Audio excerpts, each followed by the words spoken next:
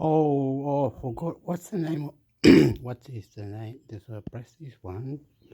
It's called. I'm Carlo Richie, and this is Scat Chat with WWF. Join. And it's speaking in American English, London. These people are like in top of the building in Sydney or whatever. I am in surprise. Me and WWF as we get to the bottom of what fascinating things scat or poo can teach us about the animals that mate, the homes they live in, and the problems they face. We'll also have a chat about what you can do at home to help your favourite animals thrive in the wild. Oh, very excited to be talking about my favourite topic. Scat. Exactly. There's a lot you can tell from a single scat. Subscribe now for kind of, criticism that Rupert Murdoch had, always kind of favoured his sons, if you like, which brings us to Lachlan. And Lachlan, as the eldest son, born in 1971 in London, in a famous interview that Rupert gave with the Financial Times in the 90s, he was sort of seen as the apple of Rupert's eye and the one who Rupert said at that time was first among equals. As the eldest son, he was sort of the natural successor. Lachlan is the one who took the most interest in the newspaper side of the family business. He talked about the joy of going into watch the printing presses at the New York Post roll when he was just a young kid. Both James and I, we've grown up in newsrooms, right? We understand journalism, and we understand the importance of it. And by the way, it's something that's, sincerely and deeply under threat at the moment. And then there's James, just a couple of years younger than Lachlan, intensely competitive from early. That my children, because they hear so much talked about newspapers, they live with it all the time. They hear all the discussions at the breakfast table. Who is this? Hector. What are you doing, silly boy? This is Murdoch. I don't know how to do the next one. That was the Murdoch. This is The Guardian. Just a warning before we get started. In today's episode, we discuss allegations of sexual assault, so please take care while listening.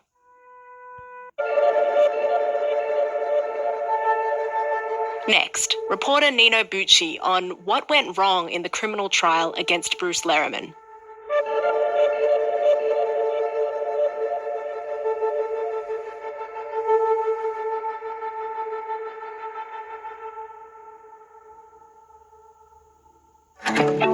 Hey, Laura Murphy-Oates here, one of the hosts of Full Story. It's Guardian Australia's 10th birthday, and to celebrate, we're hosting a special live recording of Full Story at Vivid Sydney in June. We'll be talking about No, I seen the one, I'm tripping out, everyone. Look, I'm talking over this phone. I'm recording. Listen, I seen the real one, sorry to say, in ABC show. The guy had a big long beard, and that one, I've seen that one. I've seen the other one where they do the cooking thing with Pedro Manuel in Channel 10 or Channel 7 or whatever it is inside with a pretty lady. I've seen that one too, and the other one with where James Oliver and all the different ones is on SBS or whatever it is. Anyway, I don't need to say anymore.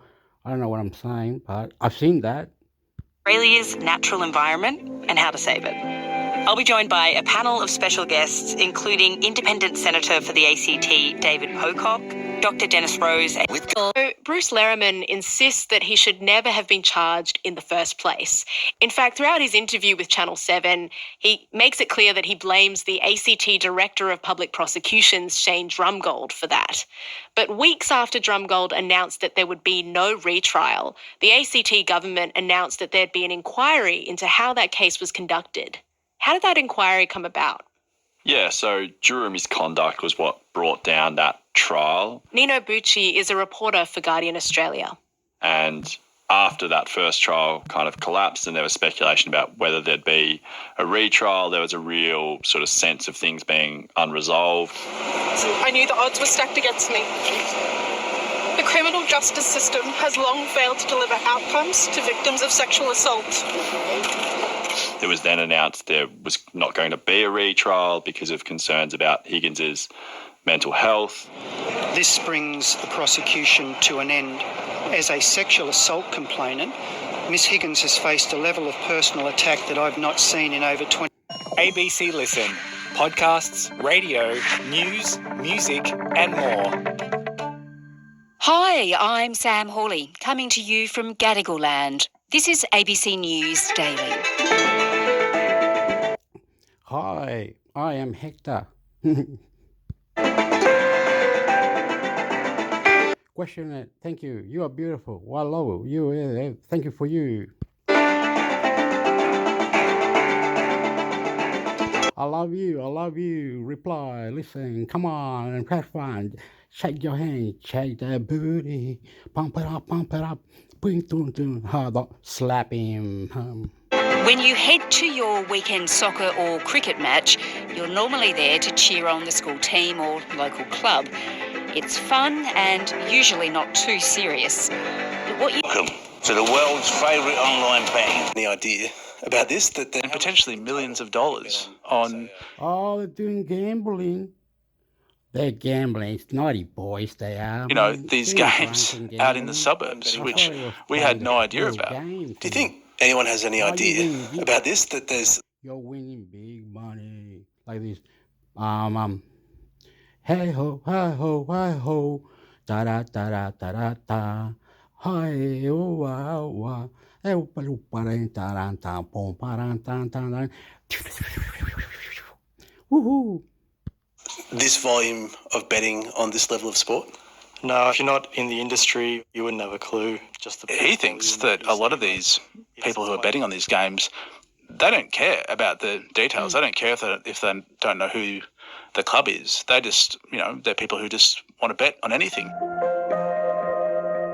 So it's happening in the sport of soccer, and you've seen that, but where else are these data scouts showing up? Well, we've seen also in cricket. So in suburban cricket, weeknight T20 matches around Melbourne, so, 20 over matches were showing up on a number of unregulated, non-Australian registered bookmakers who would be betting on really suburban games where, the quality, it's really social. A lot of these games are live streamed. We went out and visited a match played by Maribyrnong Park Cricket Club, and on the sidelines they had this camera set up live streaming the game. Maribyrnong Park and clubs all around Australia, they've embraced this streaming technology which enables them to live stream their games so friends and family can watch games if they can't be there. It gives the clubs access to advertising that they can put on those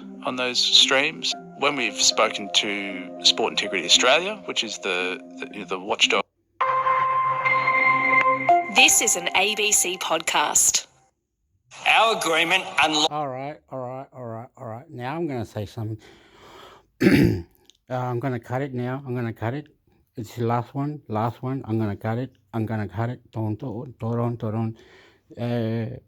You have to rewind and repeat the same words and you'll know what they're talking about. You have to learn, rewind. Oh, I forgot already. I don't even know what I'm mixing, doing. I am crazy. No, sorry. Good manners. Malaris.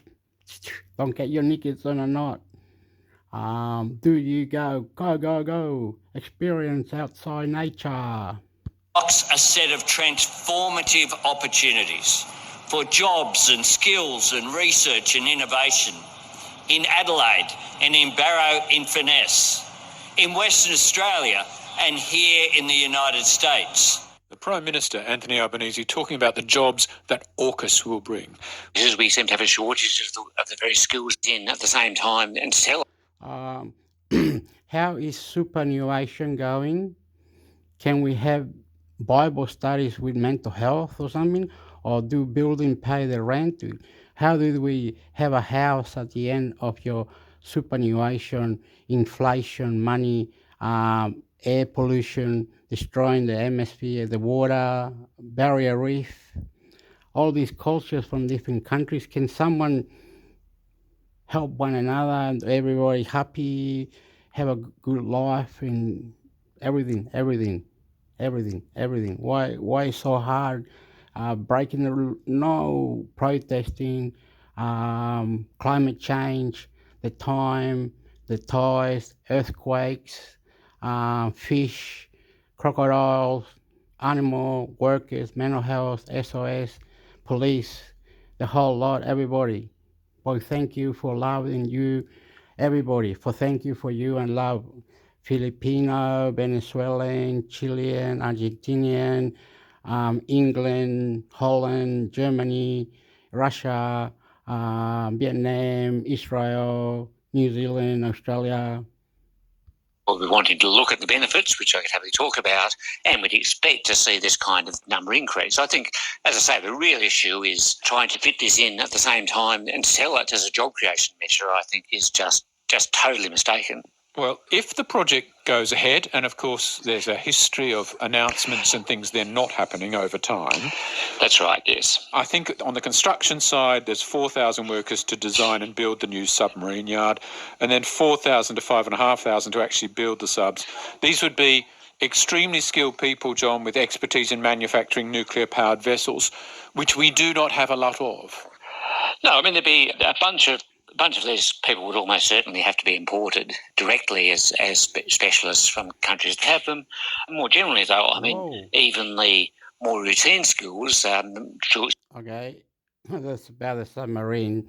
The building the submarine in Perth, everyone, and they're bringing other materials from other countries because they haven't got them here. So, but Australia's paying a lot of money for it. I think there's 3 of them.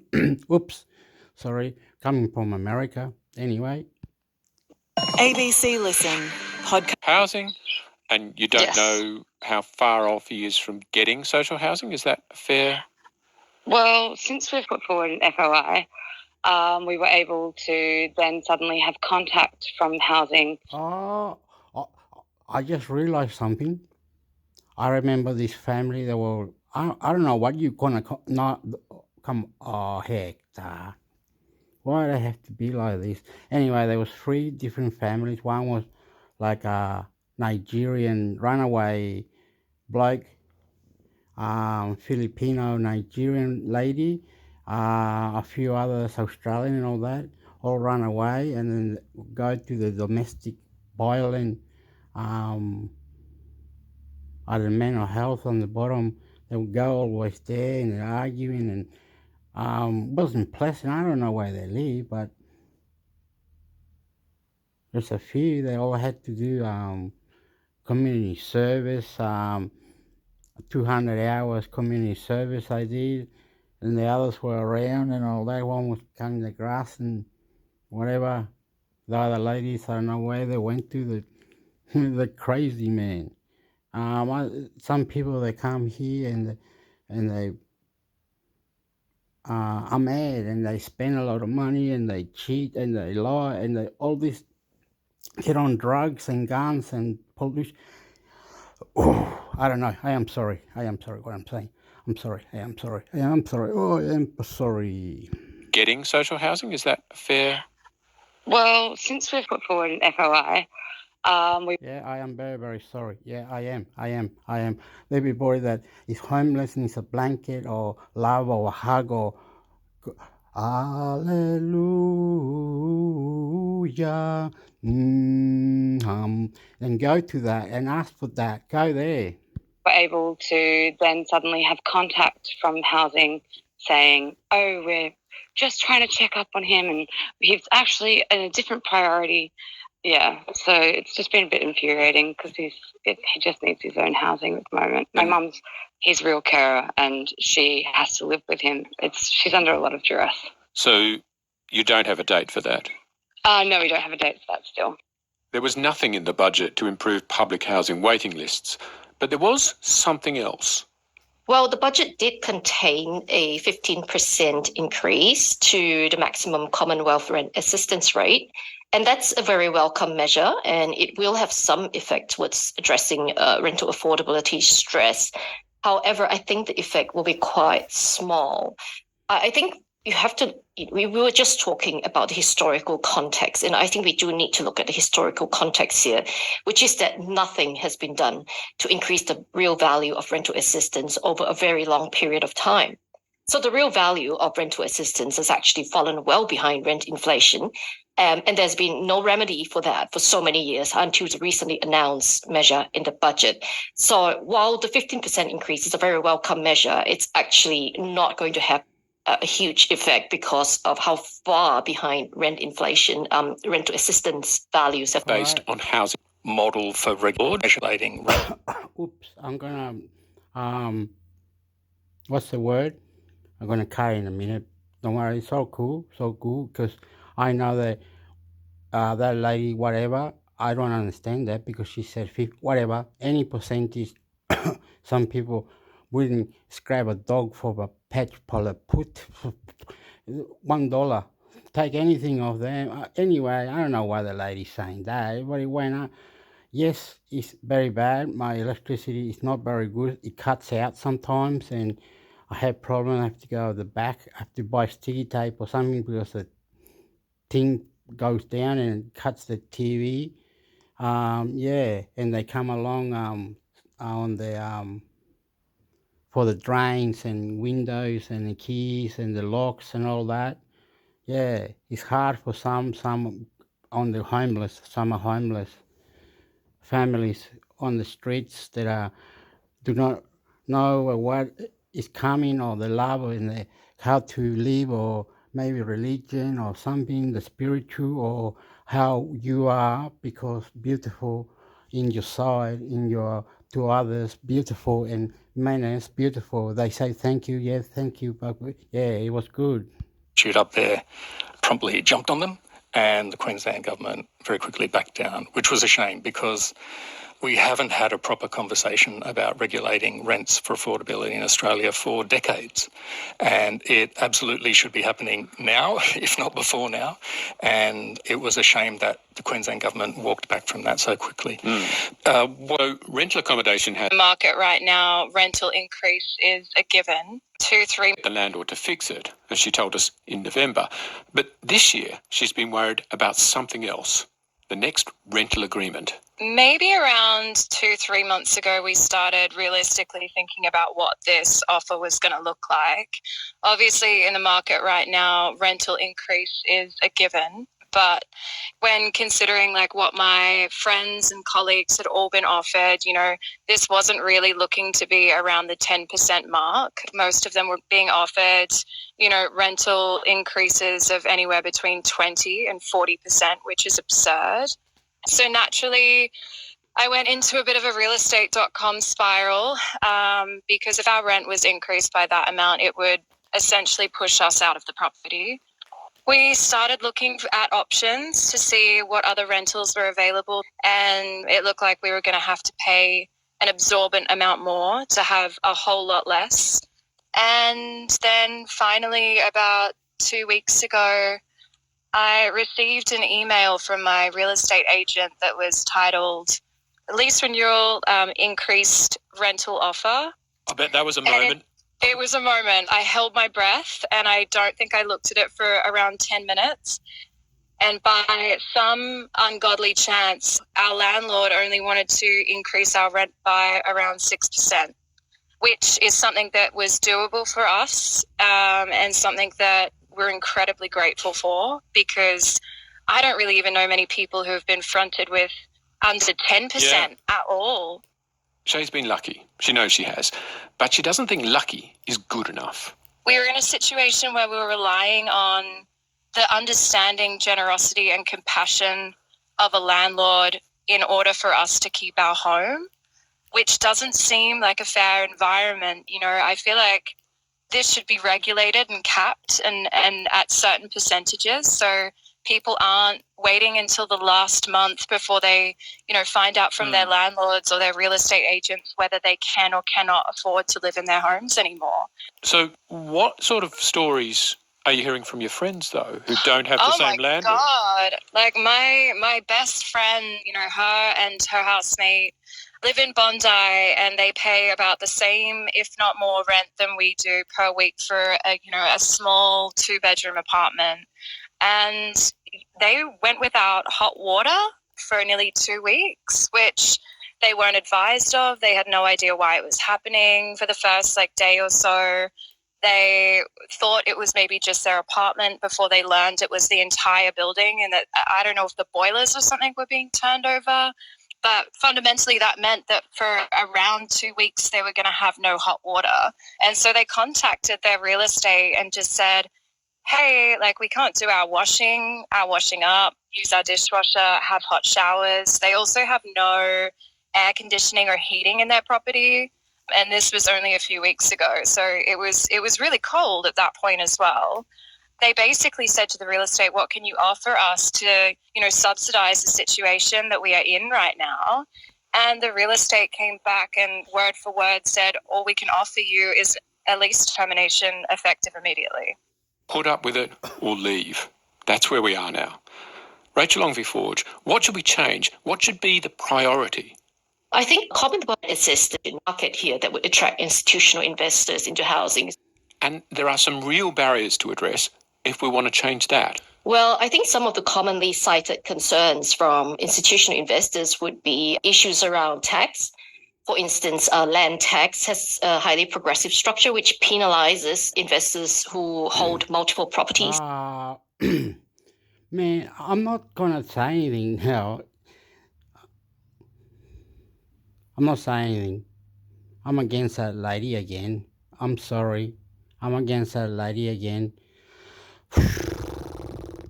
She knows they can put the place down, knock the 28 apartments down, or whatever you want to call it, and rebuild a new ones, better and stronger, and with more different owners can have 4 of these apartments and do business or whatever.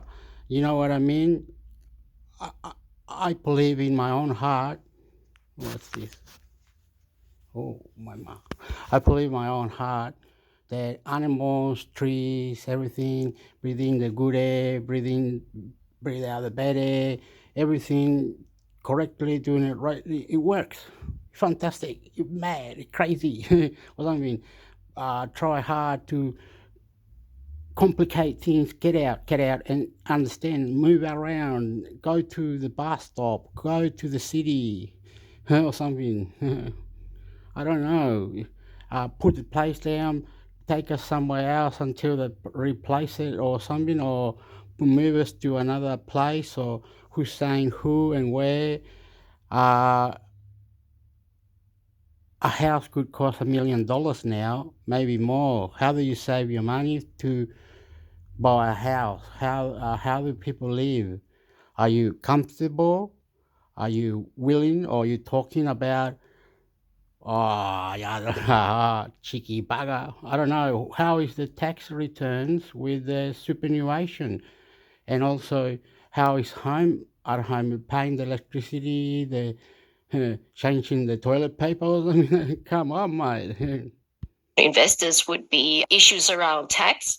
For instance, land tax has high risk exposures and things like that. The market is just not very... Hey, listen, and in black as we English, Papa English, pues, Viva Germany, Russia, Ukraine. mature over here, but they've done it very well in some other places, and there are good success stories. I sound like Malaysian, Filipino. Oh, they're cooking. Go learn the cooking. Hector, you're talking too much. Settle down, please. Behave. Be nice. Is from places like the UK and the USA, where institutional investment is much more advanced than over here in Australia. Like Rachel, Chris Martin wants to reform rent assistance, but it's tricky. That's a difficult reform. As I said, rent assistance is tied to a social security payment or family tax benefit. And no, what's the word? The editing, or when you know where your money is at, like in your tax returns, your super funds, you know where they're at and how much is increasing. Maybe someone can add to yours because yours is increased a lot. Maybe they added, and by increasing yours a bit extra, might get more points or something. What am I saying? Or helping out, like a relationship between you and your accountants. Have books and seminars to yourself or something. How that superannuation, a person who is homeless, a person that loves their life or wants to be with marriage or be a good citizen of the country, do not break the law like that. Is that right? Yes. Okay. So how do we battle the homeless? Let's cut this. We're going to cut it. Battle the homeless. Canberra is the capital city. Do we believe this is independent for the Aborigines or whatever it is, or the boys? And if they get the English in trouble and Aborigines take over and we speak their lingo, we'll be all right. We'll be all right. We're fantastic. In Malaysia, all good. I don't know. All work together and just be together, just together. I don't understand that. How peaceful, like kiss and make up or something. Wow, love. Assistance, but it's tricky. That's a difficult reform. As I said, that was not tied to Social Security.